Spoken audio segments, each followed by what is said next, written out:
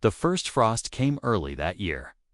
By dawn, the fields lay under a thin layer of white, glittering in the rising sun. Daniel stood on the porch, coffee in hand, the boards cool under his boots. The air was sharp, scented with wood smoke from the kitchen stove where Eleanor was making breakfast. He could hear her moving around inside drawers, opening, pans clinking, the occasional soft hum of a tune. It had been months since their marriage of convenience began. And yet, nothing about it felt like a bargain anymore. Somewhere along the way, the ledger between them had vanished. She was no longer simply the woman who kept his house. She was his wife, though he had never said it aloud in the way that mattered. A season of small certainties. Life on the ranch moved with the seasons. Eleanor adapted to it as if she'd been born to the rhythm. She knew when to have coffee hot by the time he returned from the far pasture. She knew which days to press him to rest and which days to let him work until the light was gone. Daniel had begun to anticipate her in the same way, leaving her the warmer chair by the fire, setting a slice of pie aside for her if he went into town, keeping an eye out for the small luxuries. She liked a better brand of tea, a bolt of blue calico. It was in these quiet exchanges, unspoken but constant, that something permanent was taking root. The trouble that tested them, the permanence, was tested in late November when a neighboring rancher, Calvin Briggs, fell ill and his herds scattered after a broken fence. Daniel rode out to help, knowing the work would keep him away overnight. The weather turned mean, the wind cutting like a knife, snow threatening in the gray sky. Back at home, Eleanor waited. She had known storms like this before, storms that swallowed men whole if they weren't careful. She kept the lamp burning in the front window, a signal in case Daniel returned after dark. But as the hours passed, fear began to creep in. She realized with startling clarity that this wasn't just concern for a housemate or for the man who had offered her stability. It was fear for someone she couldn't imagine losing. The homecoming when Daniel finally rode in the next afternoon. Wind-chapped and exhausted, she ran out to meet him without thinking. The snow crunched under her boots as she caught his arm to steady him while he dismounted. "You're frozen," she said, her voice sharper than she intended. He gave her a tired smile. "I've been colder." Inside, she pressed a mug of coffee into his hands and ordered him to sit by the fire. He obeyed without argument. For a long moment, she just stood there, watching him thaw in the glow of the flames, the lines of fatigue easing from his face. And then it struck her the same way it had struck him weeks before, that this was home. Not the walls, not the roof. Him, the moment he knew later that night. When the storm raged outside and the wind howled through the eaves, Daniel lay awake in his bed.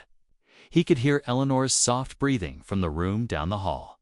He thought of Clara, as he sometimes still did, but for the first time, the memory wasn't tinged with guilt. He realized that what he felt for Eleanor didn't erase what he had with Clarette, was something new, something born of a different time in his life. And he knew then, with a bone-deep certainty, that what she had given him, the belonging, the warmth, the courage to feel again, wasn't fleeting. It wasn't something that would fade with the season. It was forever. The risk of speaking it for Daniel, saying such things out loud, was harder than fixing a broken fence in a blizzard. But he knew he had to, not because he feared losing her without it. Eleanor wasn't the kind to demand grand declarations, but because he wanted her to know. The next morning, the storm had passed. The air was clean and bright, the snow sparkling under a pale sun. Daniel found Eleanor in the barn, feeding the chickens she'd insisted on keeping through the winter. He leaned on the stall door, watching her for a moment. "You know," he began slowly, "when I asked you to marry me, I thought I was buying myself some peace, a steady house, a set of hands I could rely on." Ah. She looked over her shoulder, a faint smile playing at her lips. And I got all that," he said. "Oh, but I also got something I thought was gone for good." something I didn't think I had it in me to feel again. Her brow furrowed slightly, but she didn't interrupt. "I'm not a man for fancy words," he went on. "But what I'm trying to say is, you've given me back my life, and I want you to know I'm not in this because it's convenient anymore. I'm in it because I love you." Her answer Lanner stood very still.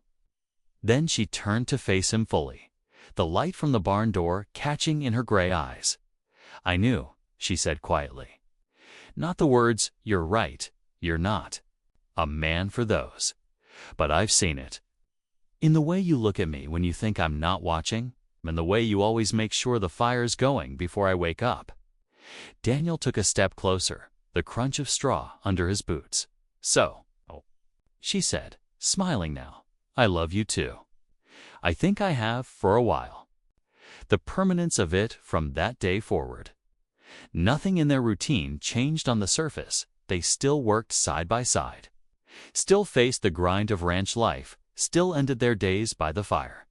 But the undercurrent between them shifted. There was no longer an unspoken boundary. They reached for each other without hesitation. They spoke more, laughed more. And when Daniel rode out to the far pastures, he always glanced back at the house of the smoke curling from the chimney. The marigolds, now covered in snow, knowing someone was waiting for him. Why?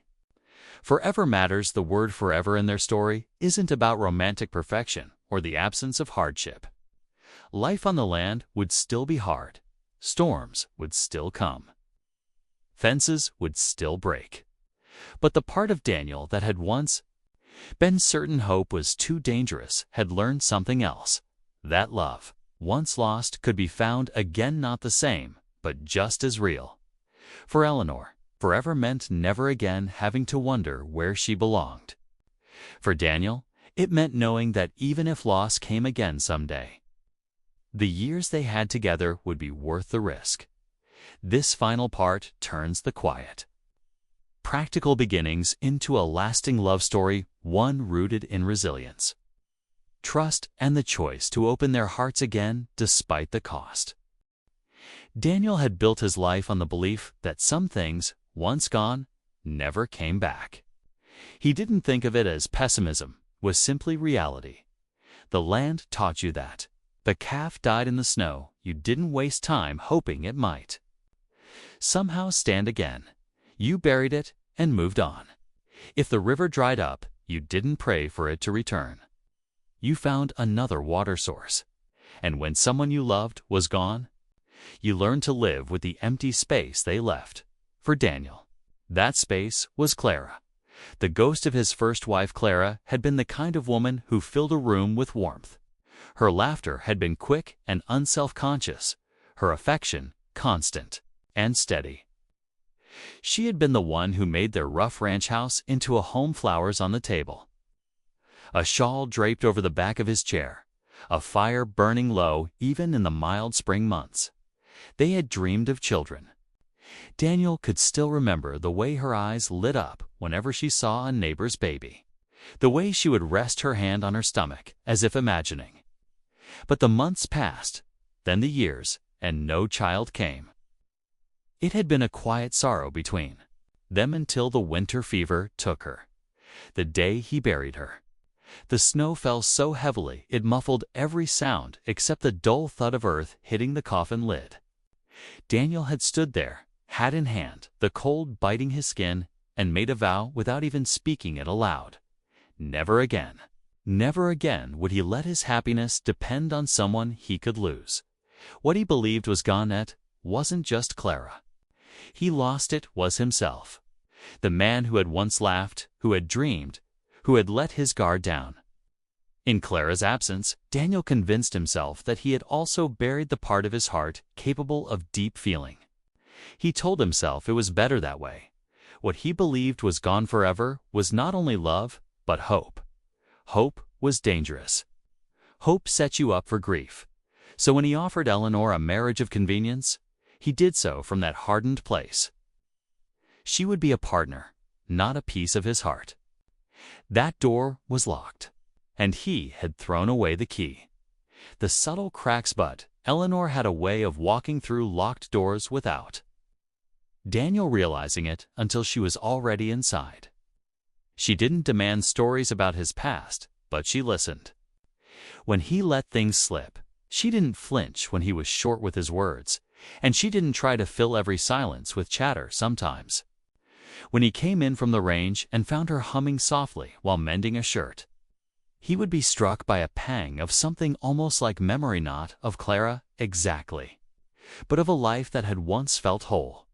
The night he told her it happened late in the season, when the nights had begun to cool and the crickets sang in the grass.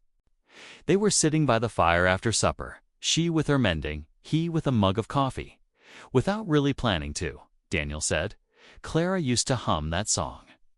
Eleanor looked up, needle paused in mid-stitch. Clara. My first wife, he said quietly. She died 5 years ago. Fever. There was a long pause. Eleanor set her sewing aside, her expression soft, but not pitying. I'm sorry. Daniel nodded once, staring into the fire. We were married 7 years. She was. She had a way of making this place feel alive, I thought. I thought if I could keep the ranch going, maybe it would be enough. But after she was gone, he trailed off, unsure why he was telling her any of this. You stopped letting yourself feel, Eleanor said gently, as if stating a fact, not a judgment. Daniel looked at her sharply, but she didn't shrink under his gaze. Feelings don't change what happens, he said. No, she agreed, but they're what make it worth living through what happens. Her words landed somewhere deep, in a place Daniel thought had gone numb. The unintentional healing it. Wasn't that Eleanor set out to heal him if anything?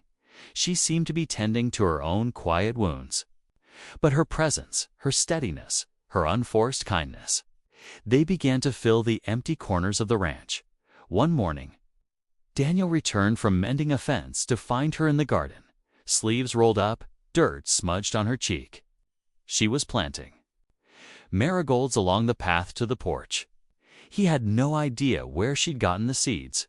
Thought we could use some color, she said simply. It was such a small thing, but it made his chest tighten. Clara had once planted flowers there too. For years after her death, Daniel had let the weeds take over. Now, Eleanor's marigolds stood in neat rows, a silent defiance against the barren years. When he realized what she'd given him, the moment of realization came unexpectedly. Daniel had been out riding the south pasture when he spotted a storm rolling in dark clouds piling up fast. He rode hard for home, heart thudding with the urgency to get there before the rain broke. As he crested the last rise, he saw the ranch. House in the distance, smoke curling from the chimney. The dog stretched on the porch. Eleanor's figure moving about inside through the lit windows. A strange, almost dizzying warmth spread through him. It was more than relief at being home before the storm. It was the feeling that someone was there, that he belonged somewhere, and that someone might be glad to see him walk through the door. It struck him like a blow. This was the very thing he had thought was gone forever. That sense of belonging, of being seen, of having a reason to come home, not just a roof to return to. The conflict it sparked, but with that realization came fear. If he let himself feel this, really feel it, he would be opening the door to loss. Again, Eleanor could leave. Life could take her, as it had taken Clara.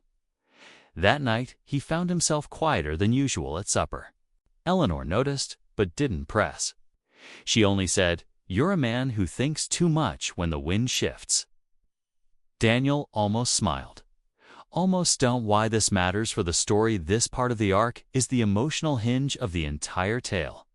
The titles he thought he'd lost isn't just about a person, it's about the parts of himself Daniel buried with Clara. His hope, his capacity for joy, his willingness to be vulnerable. Eleanor isn't replacing Clara, nor is she competing with her memory. Instead, she's proving that some things trust belonging. Even love can be reborn in ways you never expect. and Daniel's conflict between wanting to protect himself and wanting to hold on to what she's giving him's the heartbeat that will carry into Part 4. The marriage began with a kind of silence that could either grow into comfort or into a wall. For Daniel, it was simply the way he preferred things: few words, steady routines, no surprises.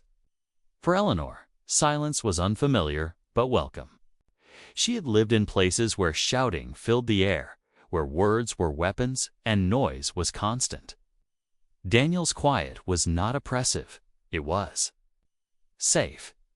Yet even in safety, she felt the strangeness of her new life. The first days at the Daniel's ranch house was a sturdy two-story structure built from weathered pine, sitting on a small rise above the open prairie. From the porch, the land stretched out in every direction, the horizon a thin blue line under the endless Montana sky. Eleanor's first morning there began before dawn. She woke to the sound of Daniel moving about downstairs, boots on the wooden floor, the clink of a coffee pot. When she came into the kitchen, her hair still damped from washing. He glanced up from the table where he sat with a ledger open. "Coffee's hot," was all he said. She poured herself a cup, noting that he'd already set out 2 mugs. A small gesture, but it struck her. A different kind of work. Her duties began easily enough, keeping the house in order, cooking meals, seeing to the laundry, and occasionally running small errands into town. Daniel had been managing on his own for years, so there wasn't the sense that she was rescuing chaos wreather.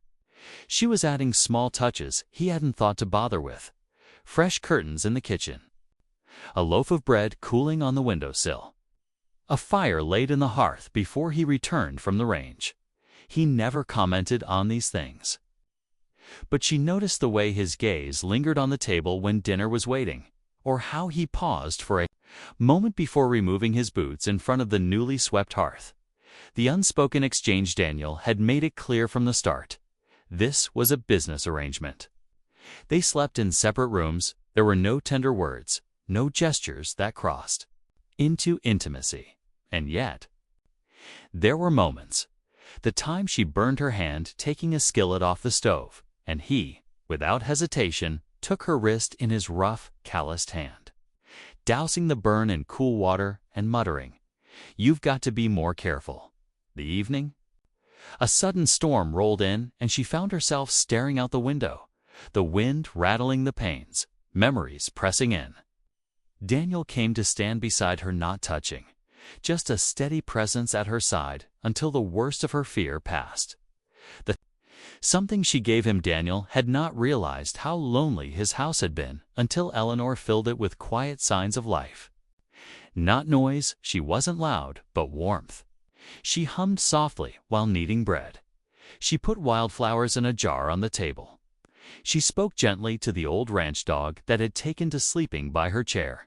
And she listened. That was the thing. When Daniel spoke rarely and usually about work, she listened as if the words mattered. She didn't interrupt. She didn't offer advice unless asked. She simply gave him her full attention, a gift rarer than gold in a world where most people were too busy waiting for their turn to talk. For a man who had been living in the shadow of loss, who had trained himself not to hope, that kind of attention was dangerous. It stirred things he had locked away. The dinner that changed something. It happened one evening about 3 weeks into their marriage. Daniel had come in late, mud on his boots, exhaustion written in the slope of his shoulders. Eleanor had left, a plate warming for him by the stove. He sat eating without much comment, until she poured him a second cup of coffee and said, almost casually, "I saw you from the window today, out past the east fence.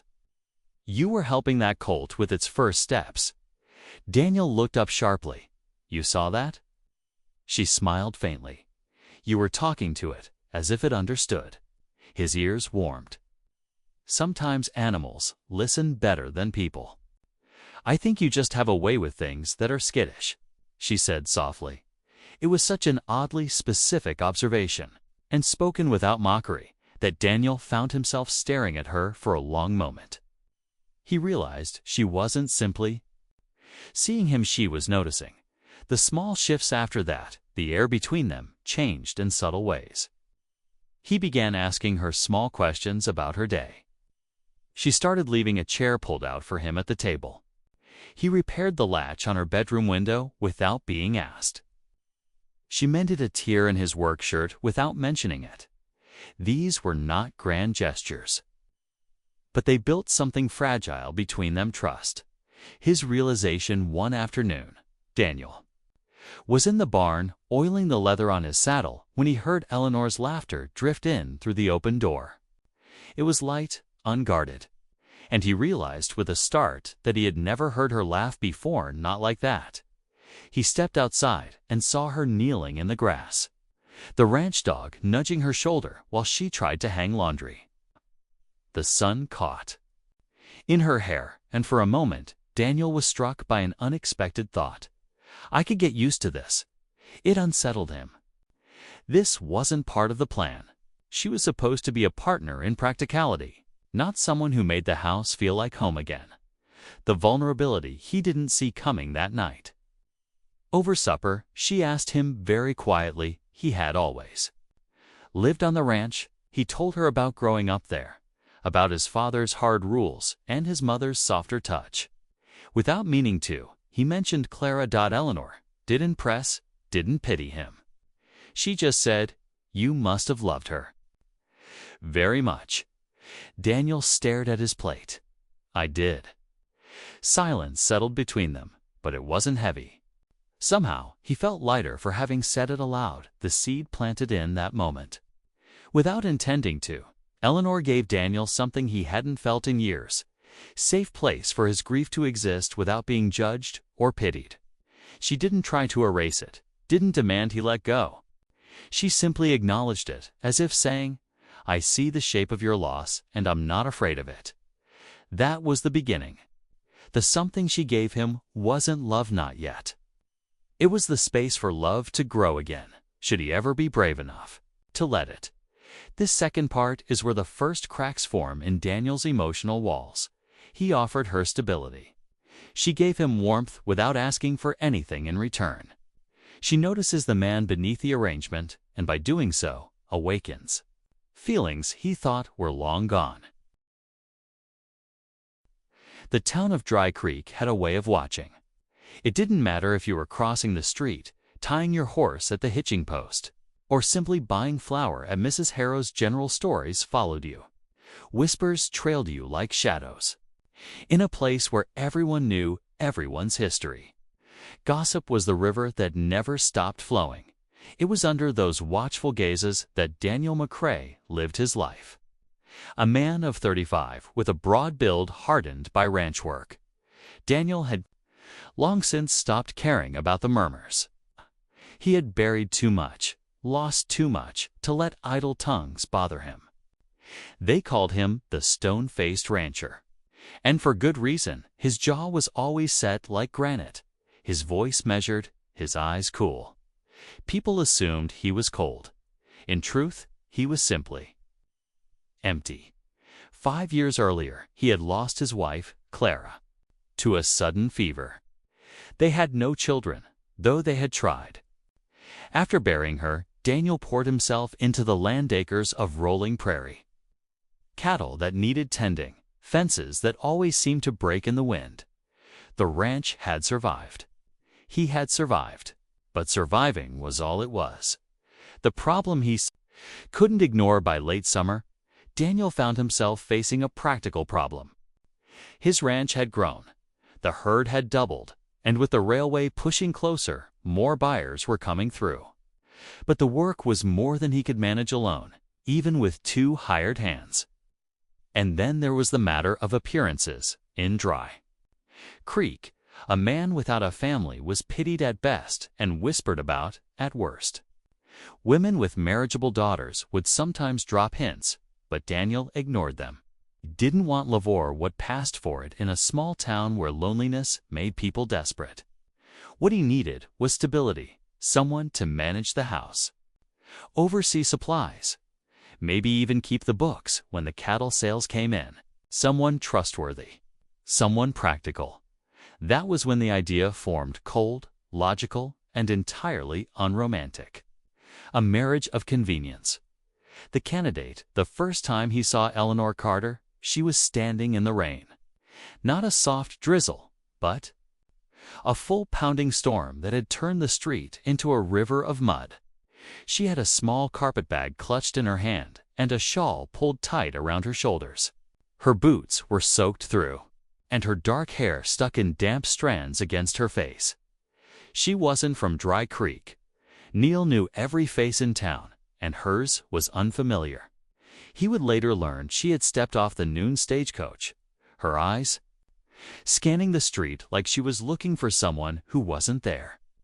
The only reason Daniel noticed her at all was because of the way she stood straight-backed despite the weather, refusing to step into the shelter of the saloon porch where two men had motioned for her to join them. The townsfolk didn't pay her much mind, but Daniel's eyes lingered longer than he intended. Something about the picture she made alone, soaked, but somehow unbroken, stuck in his mind. The practical proposal. It took 3 days before their paths crossed again.